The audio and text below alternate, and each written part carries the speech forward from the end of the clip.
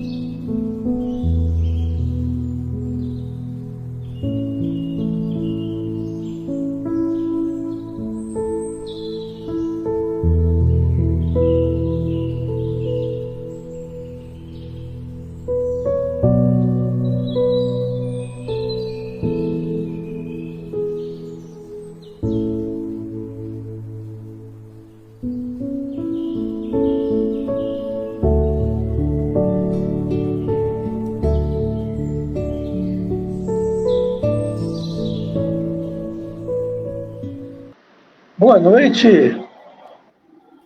Boa noite. Boa noite, está me ouvindo? Estou sim. Tudo Perfeitamente. tranquilo com você, Jorge? Oi? Tudo tranquilo com você? Tudo ótimo. E com o senhor? Tudo bem? Tudo bem também, graças a Deus. Né? Maravilha. É a sua primeira vez aqui no Centro Espírita Zil da Gama? Sim, minha primeira vez. Você é de onde? Sou de Além Paraíba. Eu já estive aí uma vez, Ah, é de Além Paraíba? não em palestra. Ah, tá certo. Eu sou de Além Paraíba também, né? Atualmente eu estou residindo em Juiz de Fora, né? Mas é muito bom tê-lo você conosco nessa noite, né? O tema de hoje é Segue-me Tu, é isso mesmo? Segue-me tu. Segue-me Tu, né? Parece que o escrito lá ficou um pouco diferente, né? Até me deu dúvida, né? Mas é isso mesmo, né? Eu imaginei que tivesse um pequeno erro de grafia lá no texto do anúncio, né? É Segue-me Tu, não é isso? Segue-me tu, exatamente. Isso mesmo, tá certo. Então tá bem. Nós vamos, então, dar boa noite também a todos aqueles que nos assistem pela internet, né? Os amigos do Centro Espírita Zil da Gama e aos amigos espirituais, principalmente a mentora da casa, Zil da Gama, e vamos, então, fazer a nossa prece inicial. Fechando os nossos olhos e acalmando os nossos corações deste início de semana, normalmente tão atribulado, e conectando o nosso coração e a nossa mente ao mais alto, direcionando nossos pensamentos ao amigo e irmão maior, Jesus. Divino amigo, agradecemos, Senhor, as imensas oportunidades que tem colocado ao longo do nosso caminho, de prática no bem, de estudo, de caridade, de aprendizado. Agradecemos aos nossos amigos espirituais, que também têm nos auxiliado em nossa jornada de evolução contínua.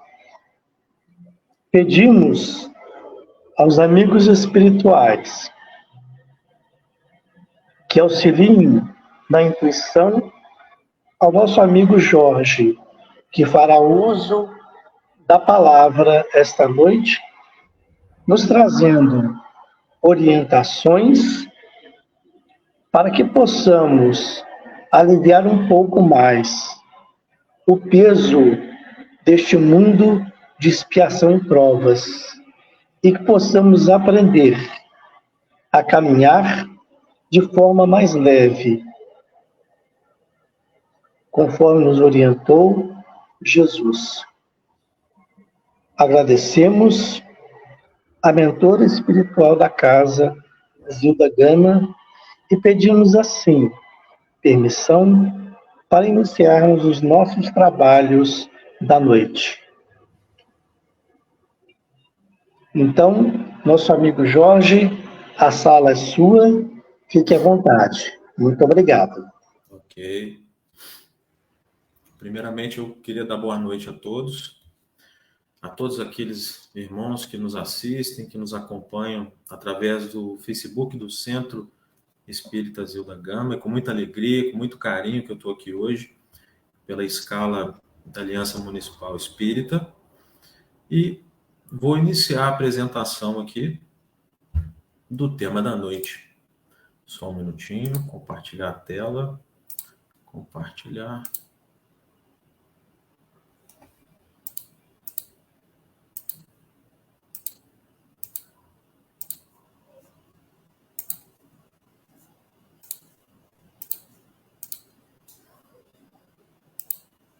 Tá dando para ver direitinho, pessoal?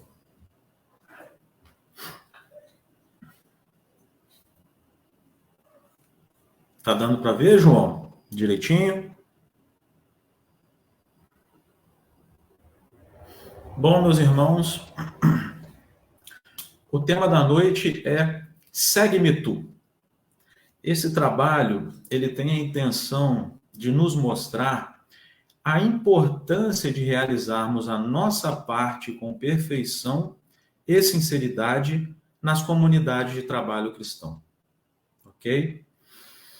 Para esse estudo, foi utilizado o livro Caminho, Verdade e Vida, que é uma psicografia de Francisco Cândido Xavier, pelo Espírito Emmanuel. Neste livro, Emmanuel pincela, ele seleciona alguns versículos da Bíblia, do Novo Testamento, e tece ali um comentário, trazendo uma explicação sobre a luz da doutrina espírita, ou seja, facilitando o nosso entendimento. E uma dessas páginas, um desses versículos, é justamente a página, o versículo, que foi utilizado como espinha dorsal para o desenvolvimento desse trabalho, que tem justamente a intenção de trazer para nós a necessidade que temos de realizar as atividades, os deveres que nos competem com muita perfeição e sinceridade. O versículo escolhido por Emmanuel, para que ele trouxesse uma elucidação, é o versículo 22 do capítulo 21 do Evangelho de João, o apóstolo e também evangelista. Disse-lhe Jesus: se eu quero que ele fique até que eu venha, que te importa a ti? Segue-me tu. Repetindo, disse-lhe Jesus, Cristo disse: se eu quero que ele fique até que eu venha, que te importa a ti? Se eu quiser que ele fique aqui até que eu venha, até o passar do tempo, o que te importa a ti? Segue-me tu, faça a sua parte, cumpra você os deveres que lhe cabem.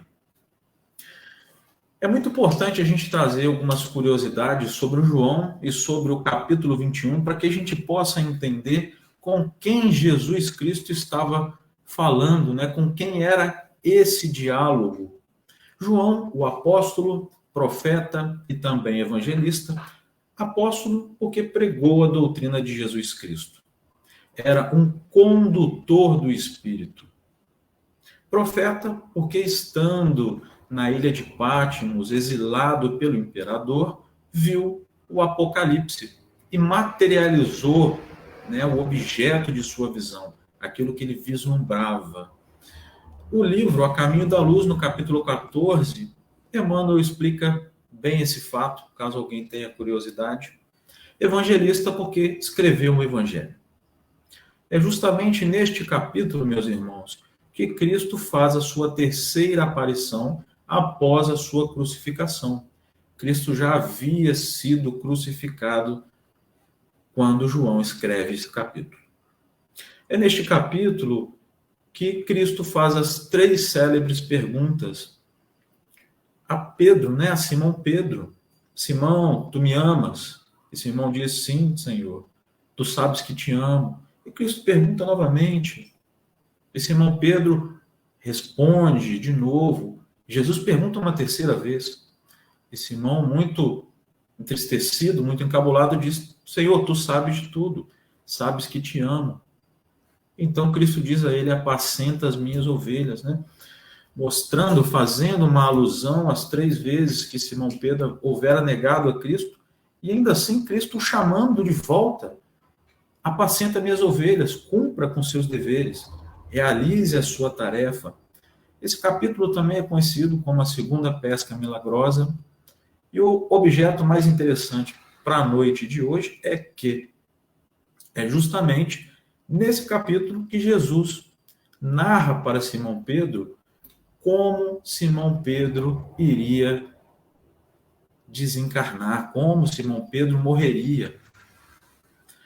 Para quem não sabe, Simão desencarna crucificado, segundo relatos históricos, perseguido e martirizado por Nero por volta de 64 depois de Cristo. Então, Simão Pedro tem uma morte muito difícil. Jesus descreve nesse capítulo como seria a morte dele. E Simão, após receber aquela notícia, vê João caminhando em direção a Jesus, João, discípulo amado, e pergunta: e ele? O que será dele? E Cristo, olha para Simão Pedro e diz exatamente esse versículo, objeto de nosso estudo. Se eu quero que ele fique até que eu venha, que te importa a ti? Segue-me tu. Ou seja, Jesus faz um chamamento a Pedro: cuide dos seus deveres, das atividades que lhe cabe na minha seara, na seara do mestre. Deixe que os deveres que cabe a ele responderá. Imagine se Jesus diz a Simão Pedro como João iria desencarnar, como João morreria. Não é verdade? João, foi o discípulo que teve uma vida mais longínqua, que viveu mais durante aquela encarnação. Aí vem os esclarecimentos que Emmanuel traz sobre esse versículo, que são muito pertinentes para todos os irmãos que trabalham dentro de uma comunidade de trabalho cristão, dentro de uma comunidade familiar, dentro de uma comunidade de trabalho, por exemplo. Tudo isso cabe também. O primeiro e o segundo parágrafo, eles trazem o seguinte ensinamento. Nas comunidades de trabalho cristão, muitas vezes observamos companheiros altamente preocupados com a tarefa conferida a outros irmãos de luta. É justo examinar, entretanto, como se elevaria o mundo se cada homem cuidasse de sua parte nos deveres comuns com perfeição e sinceridade. O que nos chama a atenção é a palavra altamente. Estarmos altamente preocupados. Não basta estarmos preocupados, precisamos estar altamente preocupados. É natural ficarmos preocupados quando nossos irmãos de caminhada não estão indo bem com as suas tarefas. Entendendo uma comunidade de trabalho cristão como um grupo de indivíduos onde cada um possui a sua tarefa muito bem definida, onde cada um dentro dessa comunidade tem os seus deveres, as suas obrigações, formando assim uma unidade, uma unicidade. Cada um coopera dentro do que pode, dentro do que consegue, formando assim essa grande unidade, o que Paulo, o apóstolo, chama em sua primeira carta à cidade de Coríntios de um corpo. Ou seja, Paulo, o apóstolo, compara uma comunidade de trabalho cristão a um corpo. E, de certa forma, isso pode ser levado para o nosso cotidiano, para a nossa comunidade familiar, para o nosso trabalho. Olha o que Paulo, o apóstolo, traz para nós na sua primeira carta que ele manda à cidade de Coríntios, ao povo da cidade de Coríntios, ao povo da igreja de Coríntios, no capítulo 12, no versículo 12. Porque assim como o corpo é um e tem muitos membros, e todos os membros, sendo muitos, são um só corpo, assim é Cristo também. Então, Paulo traz, faz uma referência de um corpo. Nosso corpo tem membros, dedos, e todos eles, mesmo sendo muitos, formam ainda um só corpo. E o corpo tem todos esses membros, precisa de todos esses membros. E ele continua o seu esclarecimento. Se o pé disser, por que não sou mão, não sou do corpo, não será por isso do corpo? Ou seja, se o nosso pé disser para a mão que não é do corpo, deixará de ser do corpo? Não, permanecerá sendo do corpo. E se a orelha fizer o mesmo? Se todo o corpo fosse o olho, onde estaria o ouvido? Se todo fosse o ouvido, onde estaria o olfato? Ou seja, se tudo fosse um só órgão, onde estariam os outros órgãos? Entendendo que cada um dentro dessa comunidade tem a sua especificidade, o seu papel, a sua capacidade, portanto, dará colaboração à sua maneira, ao seu pensamento, para que essa comunidade funcione como um todo. Mas agora Deus colocou os membros no corpo, cada um deles como quis. Porque Deus, sendo um Deus transcendente, imanente, um Deus que tudo sabe, colocou cada um no seu lugar para que cada um coopere. E o olho não pode dizer à mão, não tenho necessidade de ti. Nem ainda a cabeça aos pés, não tenho necessidade de vós. Ou seja, quem de nós, qual de nós dentro de uma comunidade pode dizer ao outro que não tem necessidade dele? Quem nós somos para fazer isso? Quem nós somos? Antes, os membros do corpo que parecem ser os mais fracos são necessários. Aquele que a gente pensa que colabora menos, que dedica menos, a gente acha que é o mais fraco, ele é necessário. E quem nós pensamos ser, qual a condição que nós achamos ter para olhar uma situação por diferentes ângulos, para dizer se esse ou aquele coopera ou deixa de cooperar, não é, meus amigos? Como vimos, estar preocupado é normal, porque juntos formamos uma unidade, como o apóstolo Paulo disse em sua carta à cidade de Coríntios. Mas estarmos altamente preocupados não é normal, não pode ser normal. Isso é um indício de que existe algo errado, porque quando nós estamos altamente preocupados com as tarefas que cabem aos outros, é porque estamos pouco preocupados com as tarefas que nos cabem. Quando isso acontece, é porque utilizamos mal um recurso que nos é cedido por Deus, que é o tempo. O tempo é uma concessão divina, para que nós possamos usá-lo com sapiência, com sabedoria.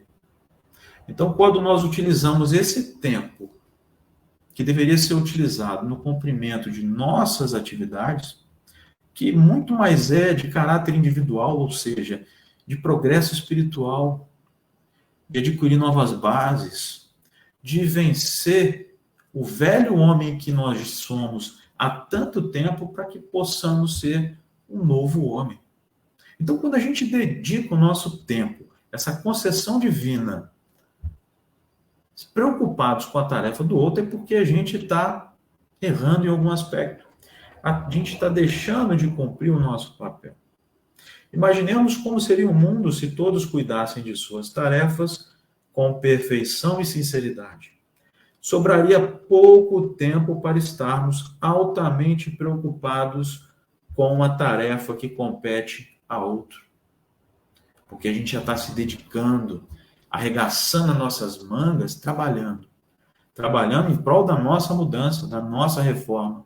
Porque também não podemos nos iludir, não somos dotados de grandes missões. As nossas tarefas são tarefas de cunhos individuais, íntimos. Trouxemos aqui para corroborar um pouco com esse trabalho, para enriquecer mais, o item de O Evangelho segundo o Espiritismo, que foi tirado do Evangelho de Mateus, capítulo 7, versículo 3 a 5. Muito conhecido no meio espírita, o argueiro e a trave no olho. Está no Evangelho segundo o Espiritismo, capítulo 10, item 9. E por que reparas tu no argueiro que está no olho do teu irmão e não vês a trave que está no teu olho? Ou como dirás a teu irmão, deixa-me tirar o argueiro, né, o cisquinho do teu olho, estando uma trave no teu, estando uma pedra, uma viga no seu olho? Hipócrita, tira primeiro a trave do teu olho, e então cuidarás em tirar o argueiro do olho do teu irmão. Muitas das vezes, a gente observa sempre os erros dos outros. E a gente quer apontar esses erros. Quando, na verdade, nós também somos dotados de erros, de muitos erros. Às vezes até mais que o outro. Às vezes menos. Depende.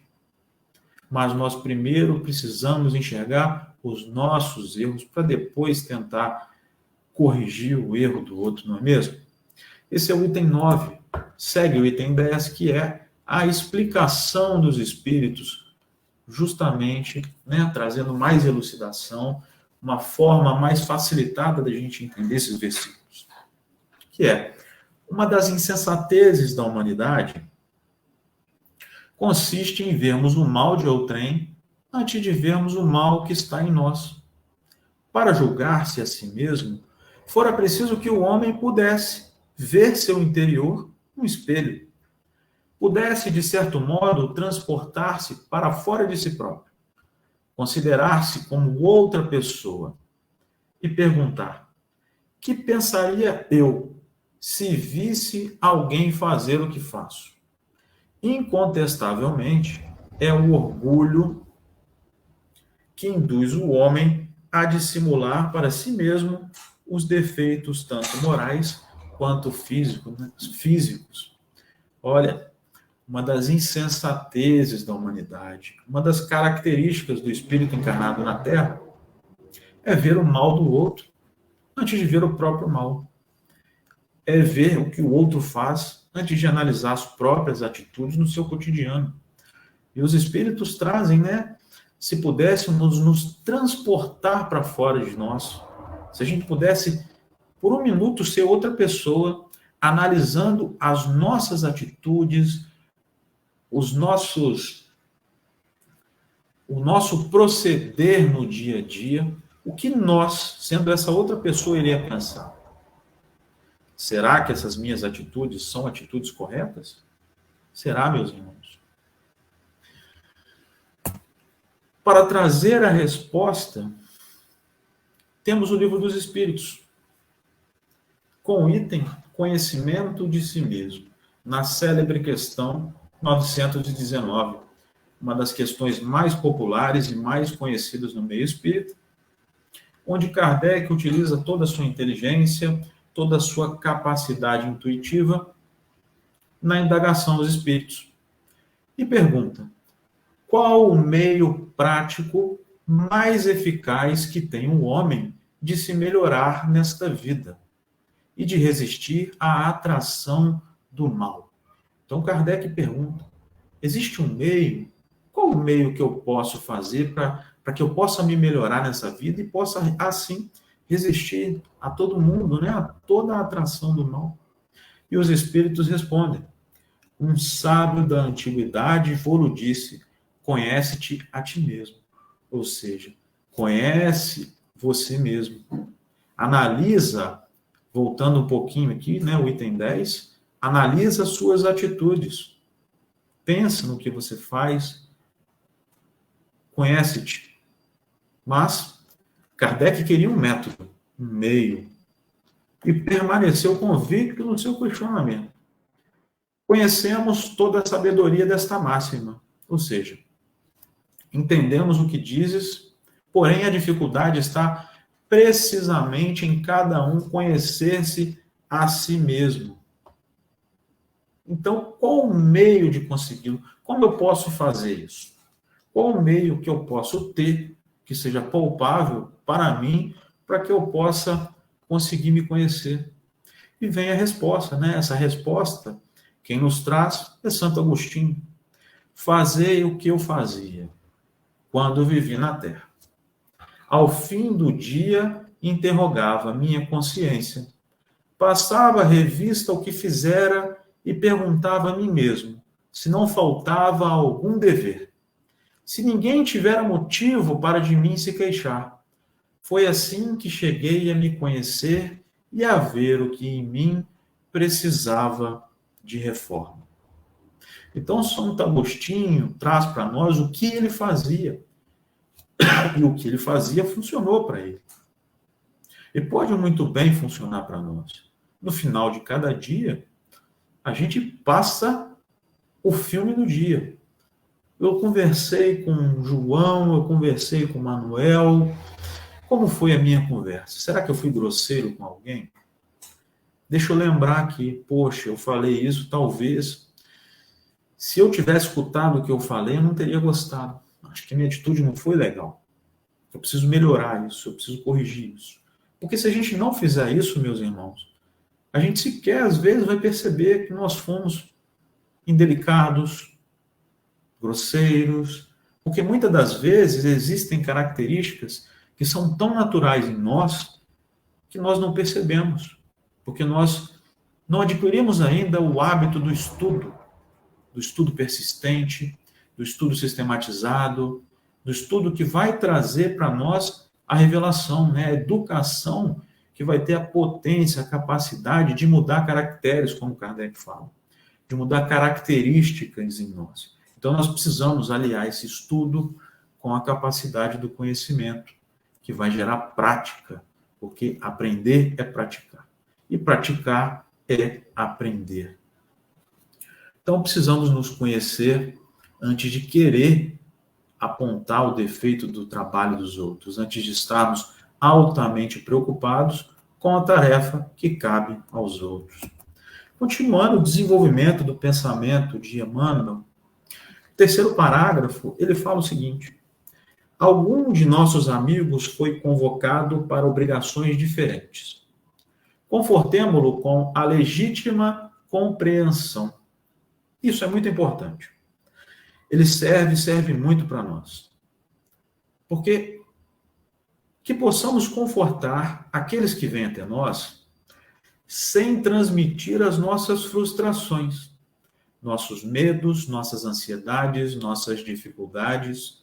Porque dessa forma, quando a gente transmite tudo isso aos nossos irmãos, aos irmãos que acabaram de ser convocados para tarefas diferentes, vamos dizer, numa casa espírita, por exemplo, alguém que foi convidado, convocado a fazer uma palestra, a fazer uma página, a dirigir um grupo de estudo, e às vezes esse irmão vem conversar conosco. E a gente tem medo daquela atividade.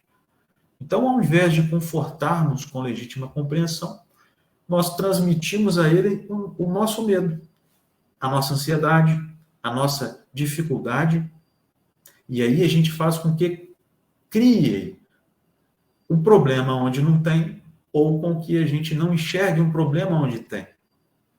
É importante que saibamos quem nós somos de verdade, então está aí o conhecimento novamente, para que assim possamos conhecer as nossas aptidões, as nossas inaptidões, qualidades e defeitos. Não podemos julgar que alguém não possua qualidade que não sabemos enxergar, que nós, às vezes, não possuímos. Ele pode possuir. Caso não tenhamos palavras para reconfortar, para dar um encorajamento que ele necessita, ou, às vezes, de fato, para enxergar um erro onde existe, que a gente possa confortá-lo com um abraço, com um carinho, com um bom incentivo, ou, por que não, encaminhando alguém que tem maiores condições intelectuais e morais para fazer esse aconselhamento, não é mesmo? Partindo ao desenvolvimento do pensamento de Emmanuel, às vezes surge um deles modificado ao nosso olhar. Há cooperadores que o acusam. Muitos o consideram portador de perigosas tentações. Movimentam-se comentários e julgamentos à pressa. Quem penetrará, porém, o campo das causas? Estaríamos na elevada condição daquele que pode analisar um acontecimento através de todos os ângulos? Talvez o que pareça queda ou defecção pode constituir novas resoluções de Jesus, relativamente à redenção do amigo que parece agora distante. Meus irmãos, toda ideia nova, toda novidade, precisamos ser muito verdadeiros e sinceros. Pode ser boa, tanto quanto pode ser ruim. Ela pode ser boa, ela também pode ser ruim. Nós não podemos taxar alguém de portador de perigosas tentações quando o mesmo nos traz novidades, pontos de vista diferentes do nosso, ideias que divergem da nossa. Como chamaremos de obsediados se não sabemos nem do que se trata? Temos de saber ouvir, pensar, pesquisar e, acima de tudo, orar sobre o assunto, sobre essa novidade, para aí sim emitir um julgamento de juízo. Quantas vezes a gente está em um grupo de estudo, por exemplo, e um irmão fala alguma coisa e a gente logo tolhe ele daquilo que ele está falando, sem sequer escutar o que ele está falando de fato. É muito comum isso acontecer. E a gente começa a falar a nossa verdade, aquilo que a gente entendeu daquilo que a gente leu. Porque a gente não teve o carinho de ouvir o que ele estava falando. É importante, meus irmãos, que discordemos. Imagine se todos nós pensássemos da mesma maneira, não progrediríamos jamais. Discordar é necessário. E é importante saber ouvir o outro, saber ponderar, saber pesquisar. Porque se a gente não sabe o que o outro falou, que a gente fale, meu amigo, eu não sei. Mas eu estou à disposição para estudar, eu estou à disposição para orar, para receber uma intuição dos benfeitores amigos. Então, aí sim a gente vai emitir um julgamento de juízo. Dar uma opinião embasada em estudo, oração e reflexão, com devido respeito e compreensão que todos os nossos irmãos merecem. Porque às vezes eu estou errado e ele está certo. Ou vice-versa. Assim que se aprende. Uma coisa muito importante, uma indagação muito importante que devemos fazer para nós mesmos é: quem de nós tem a capacidade de olhar as coisas dos diferentes ângulos? Quem de nós aqui tem essa capacidade? Para isso, é necessário fazer outra pergunta. Quem nós somos? Quem somos nós? Então, fomos buscar também nas obras básicas. No capítulo 13 do Evangelho segundo o Espiritismo,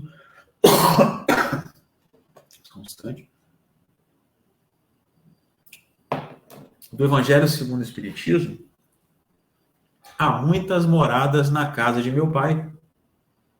No item 1, né? Vamos ler aqui o item 1, o item 2 e o item 3. Importante para que saibamos quem nós somos de verdade. São questões muito estudadas já no meio espírita, mas que vale a pena ressaltar, frisar. Não se turbe o vosso coração. Credes em Deus. Credes também em mim. Há muitas moradas na casa de meu Pai. Se assim não fosse, já eu vos teria dito, pois me vou para vos preparar o lugar. Depois que me tenha ido e que vos houver preparado o lugar, voltarei e vos retirarei para mim, a fim de que onde eu estiver, também vós aí estejais.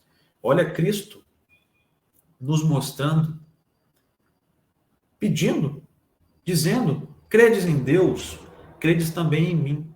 Há muitas moradas na casa de meu Pai. Ou seja, há muitos lugares que nós podemos habitar. A terra não é lar exclusivo de indivíduos com capacidade de ter pensamento contínuo, de formar pensamentos dotados de livre-arbítrio. E ele continua: se assim não fosse, já eu vos teria dito. Então acreditem em mim. Existem muitos lugares por aí. O item 2 fala dos diferentes estados da alma na erraticidade, onde ele vem trazendo, os espíritos vêm trazendo elucidações, né, sobre a passagem do Evangelho de João, capítulo 14, versículo 1 a 3, que acabamos de ler. A casa do Pai é um universo. As diferentes moradas são os mundos que circulam no espaço infinito e oferecem aos espíritos que neles encarnam moradas correspondentes ao adiantamento dos mesmos espíritos. Meus irmãos, a casa do Pai é um universo.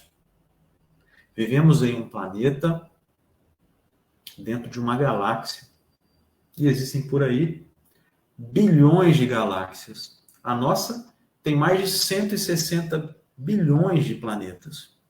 Então, existem aí muitos mundos, muitos planetas, e o próprio Livro dos Espíritos diz que todos eles são habitados.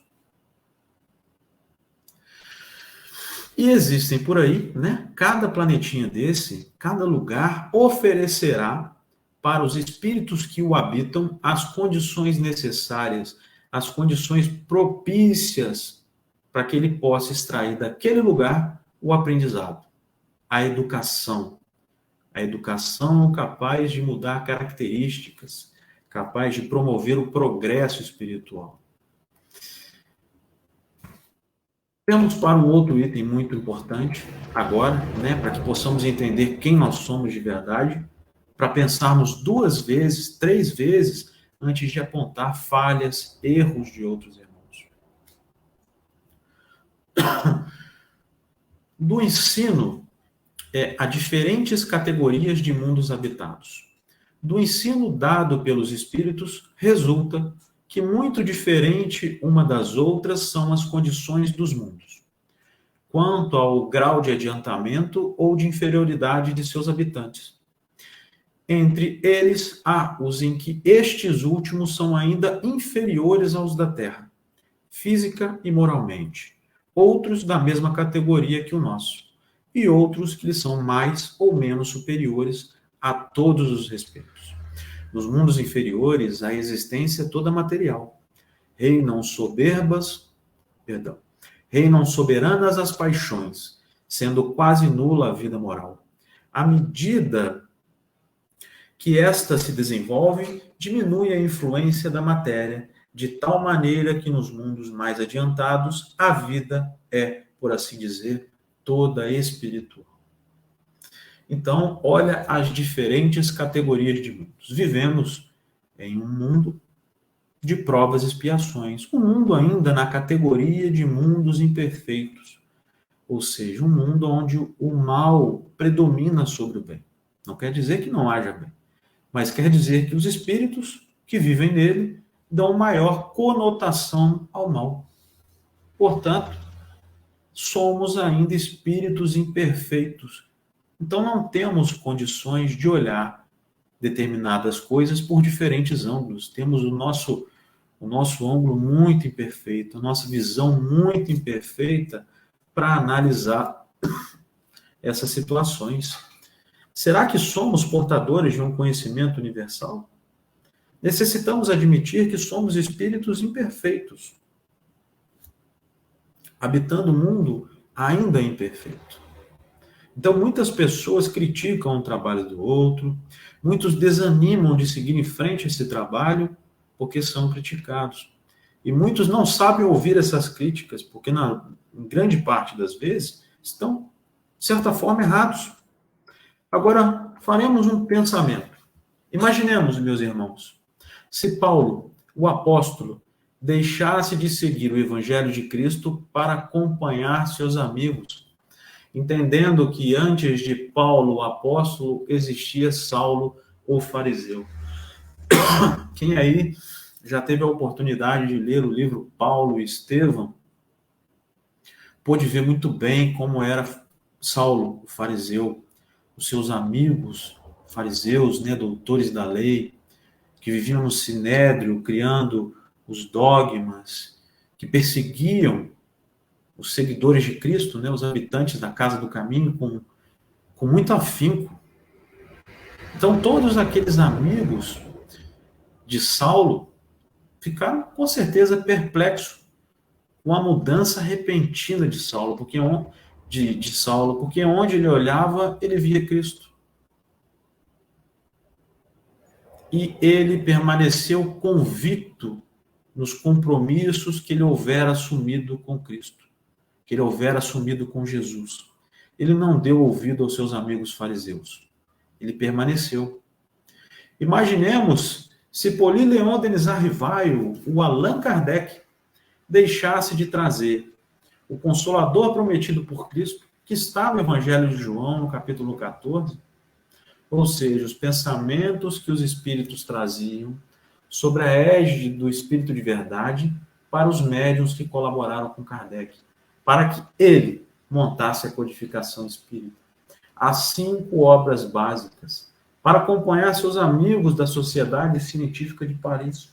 Imagine, meus irmãos, se Allan Kardec deixasse de trazer as obras básicas para acompanhar os amigos da Sociedade Científica de Paris. Quem aí teve a oportunidade de ver o filme, lembra da cena em que todos os rechaçaram, todos eles rechaçaram Kardec, desdenharam, disseram a ele que ele era portador de perigosas tentações, assim como o padre disse para ele, né, o padre Boutin. Então, meus irmãos, ele permaneceu firme, convicto aos seus ideais. Um exemplo diferente, né, foi de Cristo com Nicodemos, que Jesus teve aquele célebre diálogo com Nicodemos, talvez um dos mais importantes para toda a doutrina espírita. E Nicodemos reconhece naquele momento que Jesus era o Messias, que Jesus Cristo era o Messias. Ele entende, apesar de muita dificuldade, mas ele, naquele momento, não opta em seguir Cristo. Ele opta pelo conforto. Então, ele permanece no estado que ele estava, próximo de seus amigos fariseus, doutores da lei, mesmo sabendo que Jesus Cristo era o Messias. O 6º e o 7º parágrafo falam: o bom pastor permanece vigilante. Prometeu que das ovelhas que o Pai lhe confiou, nenhuma se perderá. Convém, desse modo, atendermos com perfeição aos deveres que nos foram deferidos. Cada qual necessita conhecer as obrigações que lhe são próprias. Meus irmãos, acima da nossa vontade, do nosso controle da obra, na verdade, está o controle do Cristo. Ele é quem prometeu ao Pai cuidar de todas as ovelhas. Prometeu que nenhuma se perderá. Ele, em verdade, é o bom pastor. Nós somos apenas ovelhas conduzidas por ele. E quando nos colocamos como condutores da obra, né, quando sobrepujamos as nossas ideias, os nossos pensamentos, em cima dos pensamentos de Jesus, em cima dos pensamentos, por exemplo, das explicações que os Espíritos trazem, das questões dos livros dos Espíritos, quando pensamos que somos superiores aos ensinamentos de Jesus, aí sim nos perderemos. Aí sim criaremos empecilhos e dificuldades para nós. Entendendo quem nós somos e em que mundo habitamos hoje, digo hoje, porque não estaremos fadados a viver aqui pela eternidade. Não. Em um mundo de provas e expiações, pelo contrário, habitaremos ainda muitos mundos, até que atinjamos o estado de espírito puro.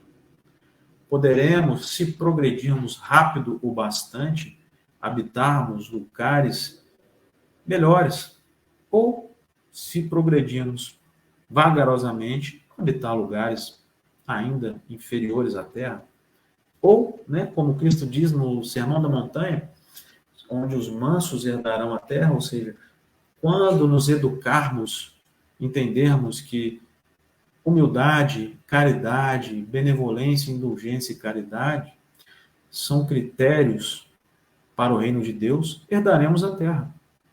Ganharemos o direito de permanecer na terra renovada, regenerada, ditosa, por exemplo. Para corroborar mais com o nosso pensamento, tem no início do Evangelho segundo o Espiritismo, na introdução, parte 2ª, autoridade da doutrina espírita, controle universal do ensino dos espíritos. Se a doutrina espírita fosse de concepção puramente humana, não ofereceria por penhor senão as luzes daquele que a houvesse concebido.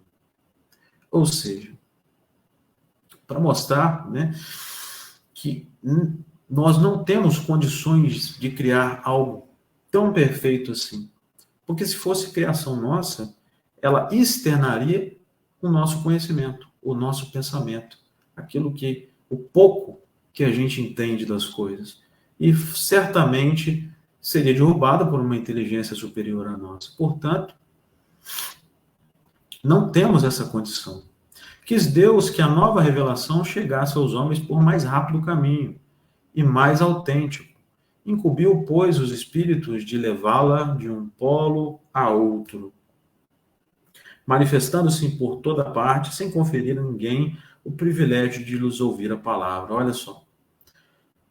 A boa nova, né, o Consolador prometido, chegou por ordenação divina aos diferentes médiuns por todos os lugares do globo. Não foi privilégio de ninguém. Todos tiveram condições de receber essas informações e coube a Kardec unir, juntar, compilar tudo isso, desenvolvendo o método que ele desenvolveu, né, para chegar às nossas obras básicas de hoje. Meus irmãos, que possamos fazer a nossa parte, os nossos deveres com perfeição e sinceridade, sempre buscando uma melhora para que possamos desempenhar cada vez mais a nossa parte, dando o nosso melhor, reconhecendo que somos seres imperfeitos a caminho da perfeição, que nossa estrada é longa e árdua. Vamos buscar a perfeição, como já disse um sábio mestre. Sede-vos, pois, perfeitos, como é perfeito o vosso Pai que estás no céu. Para finalizar o nosso estudo, né, que possamos buscar a perfeição, que possamos buscar a perfeição dentro daquilo que a gente entende que é o mais perfeito. Não que vamos conseguir chegar a esse estado, mas que possamos nos esforçar para melhorar. Para isso temos o arquétipo de Jesus. O arquétipo, como diz os Espíritos, também no Livro dos Espíritos, como diz Emmanuel no Livro Consolador, o mais perfeito que a gente tem até hoje e aquele que vai iluminar os corações até que atinjamos o estado de espírito puro. O 8º e o 9º parágrafo, que finaliza esse estudo, nesse padrão de conhecimento e atitude, há sempre muito trabalho nobre a realizar. Se o irmão parece desviado aos teus olhos mortais, faze o possível por ouvir as palavras de Jesus ao pescador de Cafarnaum. Que te importa a ti? Segue-me tu. Quanto maior a nossa dedicação, compreensão e vontade, maior será a nossa percepção da dimensão do trabalho nobre que temos que realizar, das reformas íntimas que precisamos fazer, da mudança da nossa natureza, de vencer aquele velho homem que existe em nós para sermos um novo ser renovado. Não nos aludamos. Quem precisa do trabalho somos nós, as ovelhas.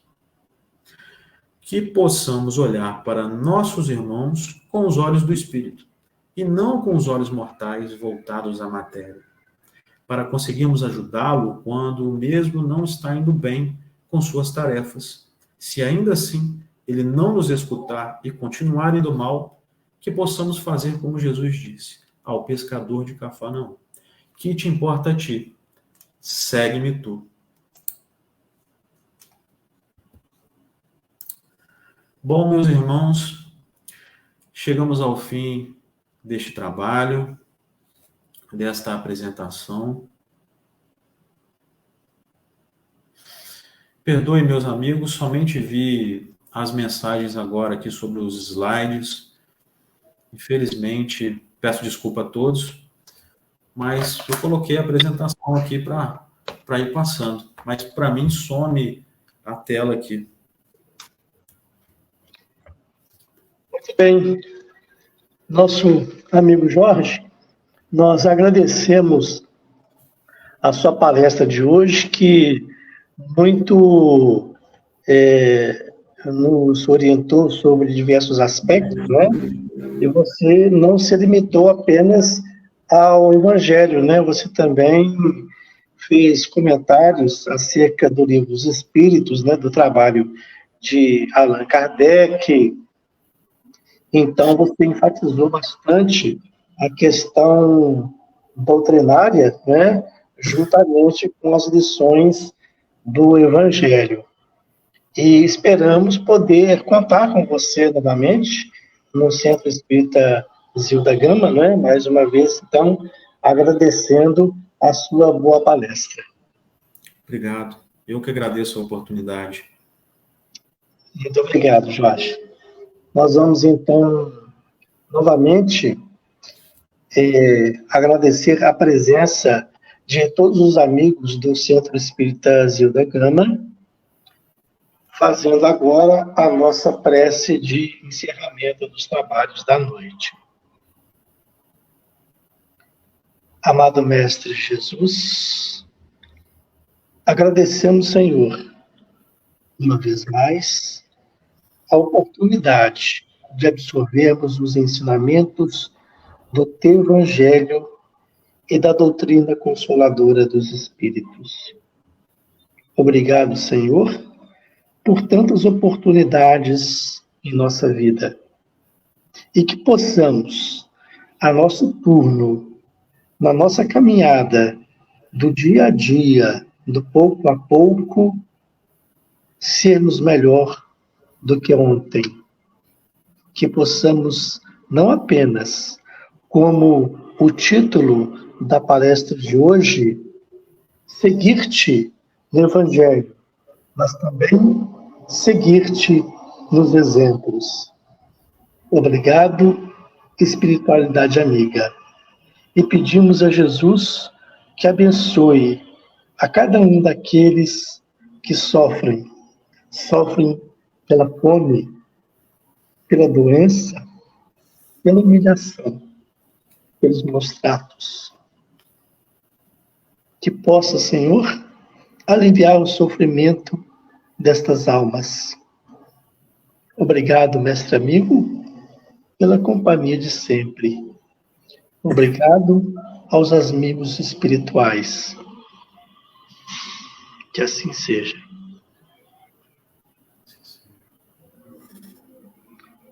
Obrigado, Jorge. Boa noite.